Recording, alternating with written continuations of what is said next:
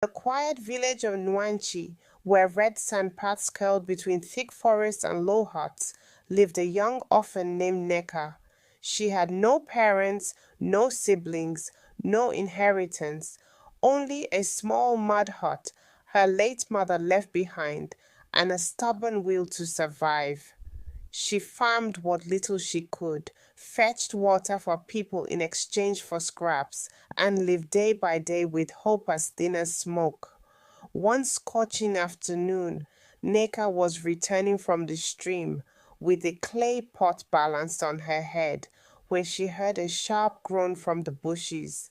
Most villagers ignored such sounds. The forest was full of tricks and spirits, but Neka's heart was soft. She peered into the trees and saw a frail old woman struggling under an enormous bundle of firewood. Without hesitation, Neka dropped her pot and rushed over. "Mama, let me help you," she said. The old woman looked up, surprised but grateful. Neka lifted a load, far heavier than she expected, and carried it deep into the forest to a small vine-covered hut. Inside, the old woman sat down slowly and studied Neka with ancient eyes. "You have a good heart," she whispered. Then she reached into her wrapper and brought out a shimmering red feather, glowing faintly like embers in the dark. "My daughter, take this. It will bring you good luck beyond your imagination, but listen carefully." Her voice grew firm. "To awaken its power each day, you must water it exactly at midnight, 12 a.m. If you miss that time, it will not work for that day. And above all, never use it selfishly, and never, ever with greed." Neka promised with all her heart. Little did she know fate had heard her promise too. From that night onward, everything changed. At exactly 12 a.m., Neka poured a few drops of water over the feather. Each time she did, the feather glowed brightly, and the next morning blessings followed. Her scraggly crop suddenly sprouted tall and healthy. People at the market became drawn to her, buying whatever she sold. Rain fell gently on her land when she needed it. The world seemed to open itself to her. For the first time in her life, Neka felt seen, and for a long time she obeyed rule, never missing the midnight watering. But deep inside her, another desire was growing, a desire she didn't share with anyone. Obidi. Obidi wasn't just any man. He was the richest, most respected man in the entire village, owner of vast farmlands, trading caravans, dozens of cattle, and a large compound. Many women admired him. Some hoped he would notice them. But Neka wanted more. She wanted to own the life she had been denied as an orphan. She wanted wealth, comfort, power, all the things she had grown up watching from the outside. So she made a plan.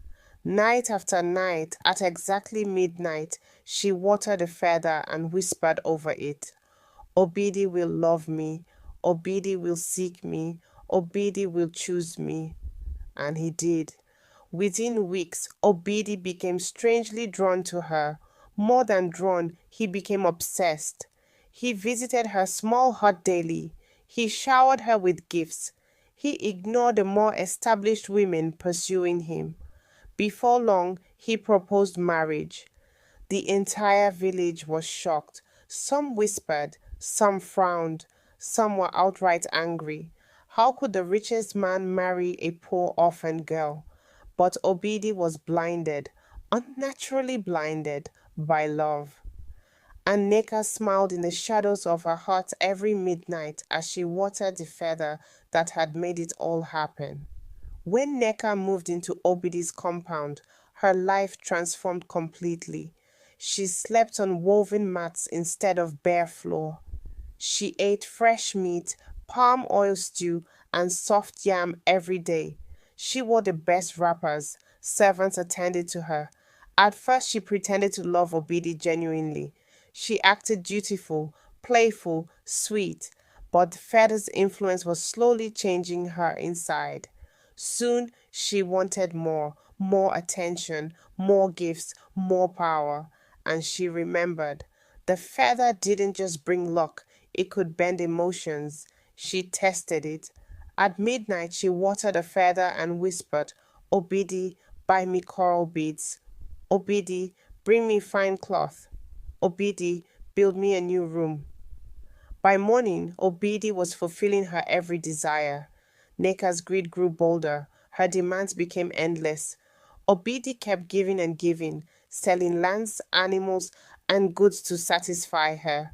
People whispered, she controls him. He is not himself. But Obidi was blind to all of it. He loved her beyond reason. He obeyed her without question. And Neka enjoyed the taste of power until she drained him completely. Eventually, Obidi's wealth dried up. His workers left. His farms collapsed. His trading caravans vanished. Even the servants in the house fled. One evening, Obidi sat outside looking broken, a shadow of the powerful man he once was. And Neka, she looked at him like a used tool. You have nothing more to offer me, she said coldly. Get out. Obidi stared at her, bewildered, heart shattered, but he obeyed. He packed a small bag and walked away from his own compound, leaving everything, even his dignity, behind. The moment he staggered into the night, something shifted in the air. The feather in Neka's room turned dark red, but Neka didn't notice. She only smiled, proud of the life she had taken. Within a month, everything changed. Her crops withered, her food spoiled. Her reflection in water looked dull, older, almost drained. At the market, people refused to speak to her. Children ran away. Elders glared. Women she used to intimidate now hissed under their breath whenever she passed. At home, the feather wouldn't glow when watered. Instead, it grew warm, almost too hot to touch.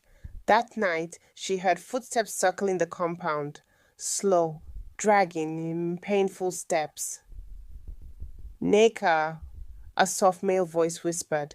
It sounded like Obidi, but when she ran outside, no one was there, only strange footprints leading directly to her doorway. Over the next days, the torment grew. Her wrappers tore by themselves. Jewelry rusted overnight. Clay pots cracked loudly while she slept. Shadows in her room shifted even when nothing moved. A cold wind followed her everywhere she went. Animals bolted whenever she approached. The feather glowed a deep red every midnight, even before she touched it. Voices echoed around her heart at night. Obidi's voice mixed with other unfamiliar ones. Neka, you used love for greed. Debt must be paid. She tried to run to the forest to find the old woman who gave her the feather, but the path twisted, leading her in circles. Every night, the dragging footsteps grew louder, closer, faster. The shadows gathered around her like living things. The feather levitated off her table and began to spin, glowing brighter and brighter until her heart shook. Then a voice that was not human thundered. Kindness was given to you, but you sold it for greed. Love was offered to you, but you twisted it into chains.